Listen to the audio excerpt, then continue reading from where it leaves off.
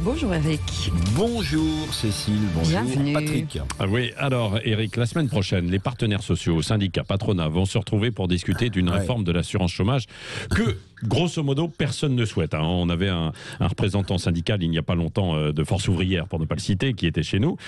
Personne ne souhaite, sauf quand même le gouvernement. Et là, c'est chaud. Oui. Alors, oui, absolument. Donc c'est mardi prochain, c'est le 2 mars, que la ministre du Travail, Elisabeth Borne, souhaite réunir, vous l'avez dit, les syndicats de salariés pour avancer sur cette sacro-sainte réforme de l'assurance chômage. Alors, fait rare, très rare, toutes les centrales syndicales dans un communiqué commun, ça aussi c'est rare, ont fait savoir leur opposition à cette réforme. Alors, 3 dispositions expliquent cette unanimité syndicale. 1, ils ne veulent pas de l'accroissement de la durée de cotisation pour toucher une allocation et recharger ses droits. 2, ils ne veulent pas de la dégressivité des sommes versées à partir du 7e mois pour les moins de 57 ans, comme le propose la réforme. Et puis 3, la diminution de l'allocation pour ceux qui alternent contrat court et inactivité. Alors, vous ajoutez à cela que le patronat, lui, de son côté, ne veut pas entendre parler d'un système de bonus-malus sur ses cotisations, suivant que l'entreprise a recours à des contrats courts ou à des CDI. Et là, vous avez toutes les raisons,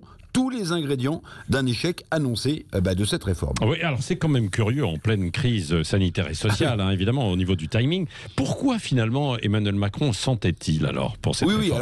Oui, alors c'est certain que vous avez raison, en cette période de crise sanitaire, économique et sociale, le timing de cette réforme de l'assurance chômage, le moins qu'on puisse dire, c'est qu'il n'est pas des plus adroits de la part de l'exécutif. D'autant que la réforme, écoutez bien, de l'assurance chômage devait permettre, telle qu'elle a été présentée au début, devait permettre d'économiser 1 milliard d'euros par an, alors que le chômage partiel coûte en ce moment, Patrick, 2 milliards d'euros par mois. Vous voyez la différence. Le 14 octobre dernier, d'ailleurs, dans une lettre, les syndicats avaient prévenu, ils avaient demandé au gouvernement de renoncer à cette réforme.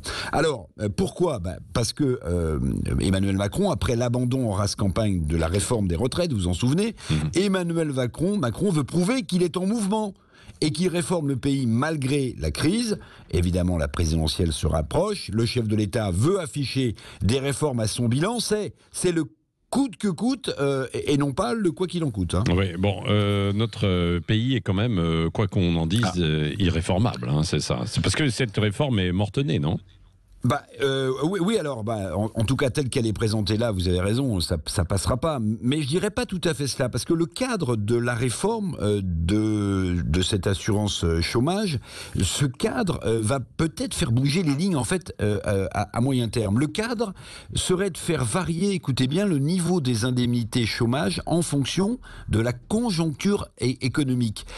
Moins généreuse lorsque le chômage est bas, plus importante lorsque l'emploi est rare, les indemnités chômage pourraient devenir le baromètre économique de cette assurance chômage. Et ça, c'est le cadre de la réforme, peut-être, qui restera. Donc ce cadre ouvre des pistes de réforme et surtout d'économie pour l'assurance chômage.